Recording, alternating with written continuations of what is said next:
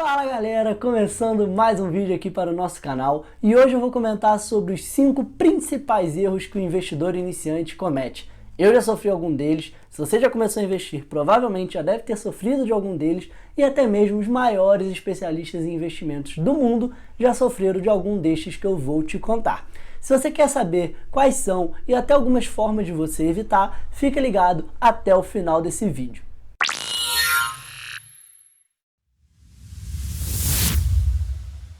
É isso aí, pessoal! Hoje a gente vai conversar sobre os 5 principais erros que o investidor iniciante comete. Mas antes de tudo, se você ainda não é inscrito no nosso canal, clica aqui embaixo para se inscrever e se você já é inscrito, clica no sininho para ativar as notificações e não perder nenhum vídeo do nosso canal. Além disso, tenho certeza que você vai gostar muito desse conteúdo, então já adiante seu joinha por aqui. Mas vamos lá!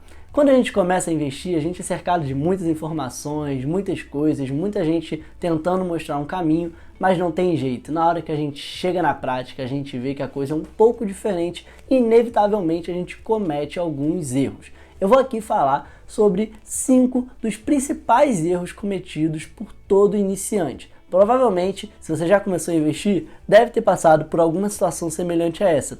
Mas calma, não estou dizendo que você vai sofrer de todos estes, ou que todo mundo sofre de todos estes. Estes são apenas os principais, beleza?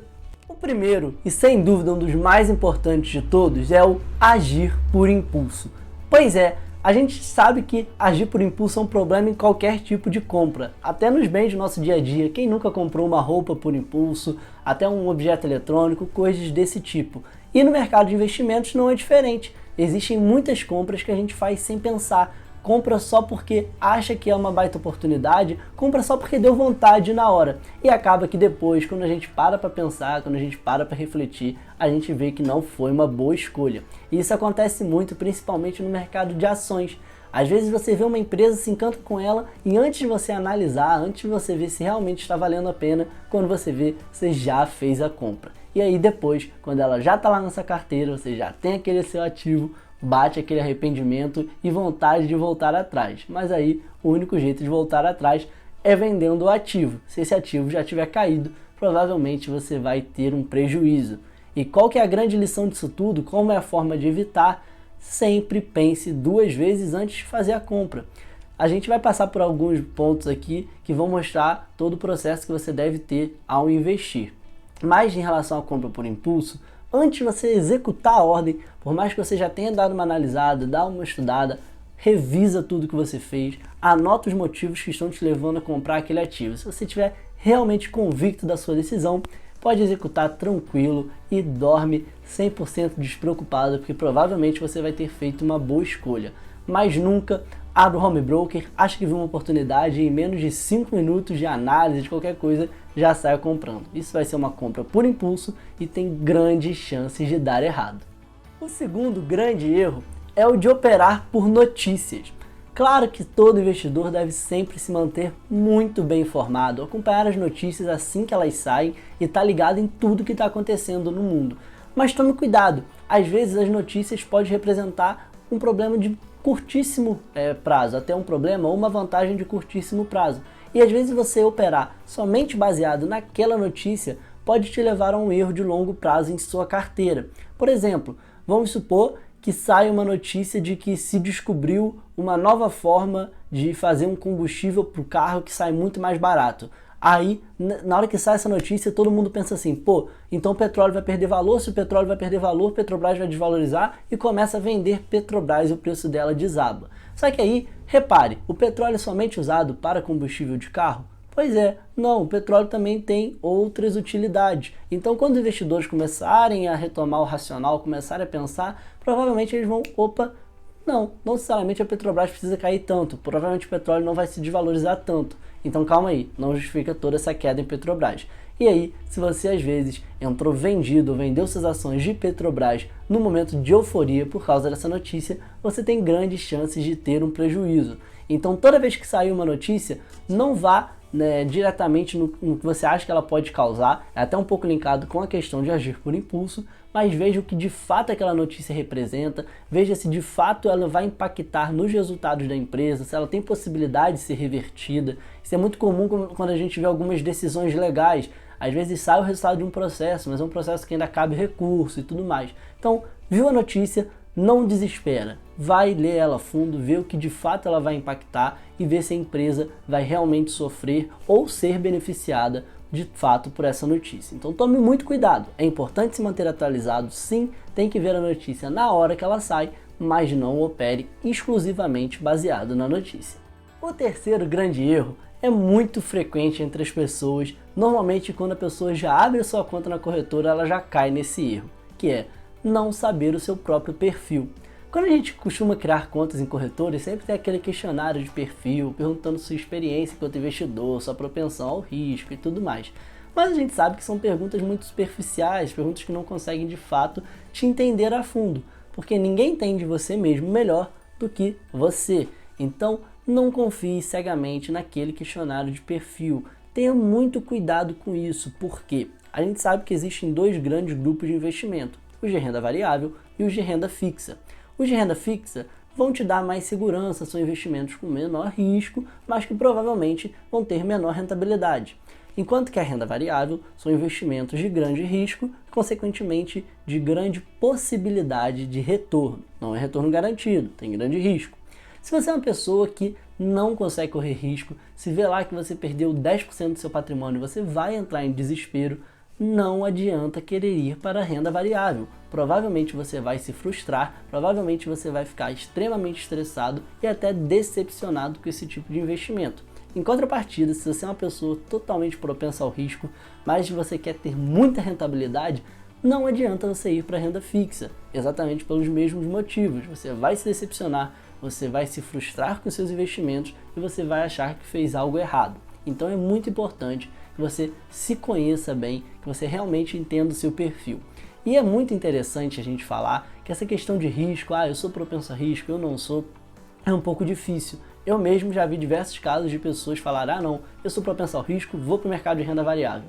Tomou uma queda de 10%, a pessoa entrou em desespero, a pessoa repensou tudo que ela tinha feito, então foi algo bastante complicado. Então tome cuidado, realmente pense se você é propenso ao risco.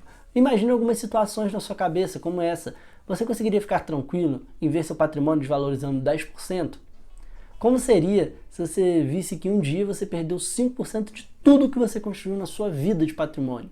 Vai fazendo umas perguntas dessas para si mesmo, seja o mais sincero possível e reflita sobre de fato o seu perfil de investidor.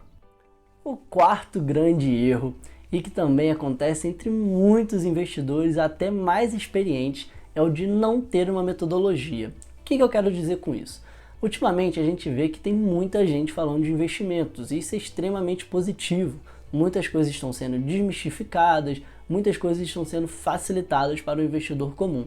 O problema é que algumas coisas em investimentos não tem uma teoria exata, não tem uma fórmula perfeita. Vai muito de pessoa para pessoa. Algumas pessoas consideram alguma coisa mais importante do que outras, algumas pessoas preferem seguir uma linha do que outras, e não quer dizer que um está mais certo do que o outro, apenas criaram metodologias diferentes. E normalmente quando você é iniciante, que você está começando a aprender, você acompanha ali diversas referências, você acompanha diversos experts e você quer fazer um pouco de cada um. Só que às vezes a fala de um pode contradizer a fala de outro e você vai ficar extremamente perdido, sem saber o que fazer e pode acabar tomando uma decisão errada. Não estou dizendo que você não deve ver visões diferentes, acompanhar perspectivas diferentes, mas você deve sim pegar tudo isso que você vê, sintetizar, ver o que faz mais sentido para você e criar a sua própria linha. Crie a sua metodologia pessoal que vai te deixar mais confortável e que vai te deixar mais tranquilo ao fazer os seus investimentos. Não quer dizer que você não precisa ter referência. É muito importante que você tenha essas referências justamente para você construir a melhor metodologia possível para você. Mas crie a sua própria linha, confie cegamente nela que você vai fazer os melhores investimentos e ficar mais tranquilo. Porque quando você simplesmente segue uma outra pessoa, quando o resultado não vem muito legal, você já começa a não entender de fato o que está acontecendo, apenas acusar o outro de ter errado, apenas falar, nossa, ter seguido aquele cara foi uma furada. Então, nunca siga cegamente alguém, cria sua própria metodologia. Pode parecer irônico, porque a gente aqui passa muito da nossa forma de investir, mas a gente quer que você enxergue na gente o que você considera positivo, o que você considera negativo, e faça isso com todos os outros influenciadores de finanças. E aos poucos, vai pegando os pontos que mais fazem sentido para você e cria a sua própria metodologia. Eu tenho certeza que com isso você vai ficar muito mais tranquilo e muito mais confiante para realizar os seus investimentos. O quinto ponto dessa lista é sem dúvidas o mais importante e o que as pessoas mais erram. Esse eu ouso dizer que mais de 90% dos investidores em algum momento de sua carreira sofreram deste erro, que é não ter paciência. Pois é, quando a gente fala de investimentos, a gente fala de uma filosofia de investimentos que é comprovadamente a que mais dá retorno. A gente está falando de investimentos para o longo prazo. A gente está falando de você criar uma tese de investimento que você vai conseguir manter ela por um grande período de tempo em sua carteira. E o que acontece? A gente sabe que no curto prazo existem movimentações um pouco irracionais, ou seja, movimentações que não fazem tanto sentido, impactos que não fazem tanto sentido. Quero um exemplo claro. Esses dias eu estava lendo o livro The Little Book That Still Beats the Market, e o autor deu um exemplo perfeito quanto a isso. Ele citou a General Motors, que era uma das maiores fabricantes de veículos da América do Norte, tá, lá nos anos 90 mais ou menos, e que na época teve um ano que as ações da empresa caíram 50% e depois subiram 50%. E aí ele parou para pensar, a General Motors, que é a maior fabricante de veículos da América do Norte, uma empresa extremamente sólida, uma empresa extremamente consolidada, teve uma volatilidade desse tamanho. Significa que justifica? A empresa começou a valer de fato metade do que ela valia para as ações caírem 50%? Ela venderia 50% menos no futuro? A não ser que realmente tivesse tido um fato muito ruim, alguma notícia devastadora, dificilmente justificaria uma volatilidade deste tipo. E realmente depois se comprovou que não justificava. Mas o que ele quis dizer com isso? No curto prazo, existem movimentações irracionais. Existem movimentos de pânico, como existem movimentos de euforia. Isso faz com que o preço de algumas ações fiquem totalmente distorcidos. Não significa que a sua empresa passou a valer metade, ou até que a sua empresa passou a valer o dobro. Tome cuidado com esses movimentos. E se você não tiver paciência, pode ser que você saia de um excelente investimento antes que de fato a sua tese se concretize. Você pode às vezes sair de um investimento um pouco antes dele começar a subir. Ou então, um próprio ganho, você pode sair de um investimento quando você acha que já ganhou o suficiente e depois ele venha a dar um retorno ainda melhor. Então tenha paciência, confie no que você está fazendo e espere a sua tese se concretizar. Tá? É muito importante esse ponto e muitas pessoas erram. E é interessante que ele é um ponto que você pode errar e mesmo assim ter um resultado bom. Como eu disse, você pode sair de um investimento tendo lucro, só que às vezes o seu potencial de lucro era ainda maior. Mas Miguel, como então eu posso usar alguma ferramenta, alguma coisa que auxilie?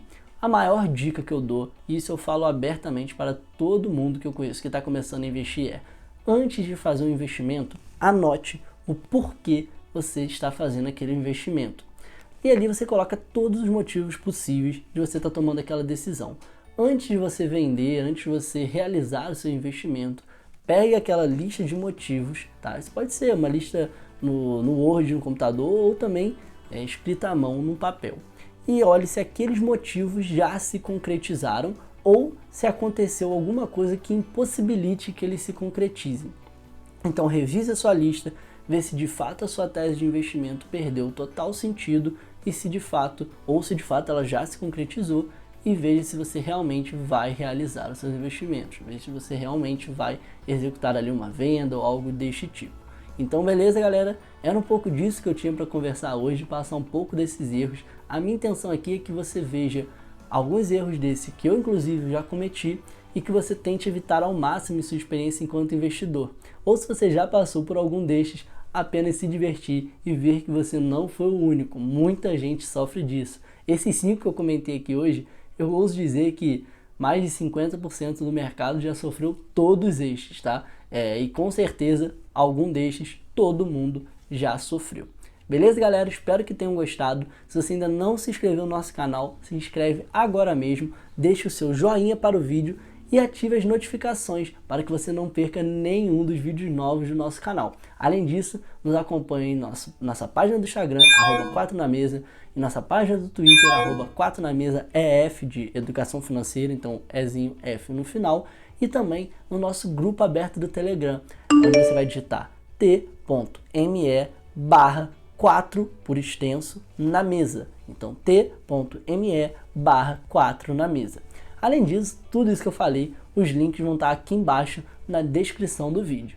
Beleza, galera? Até o próximo. Valeu!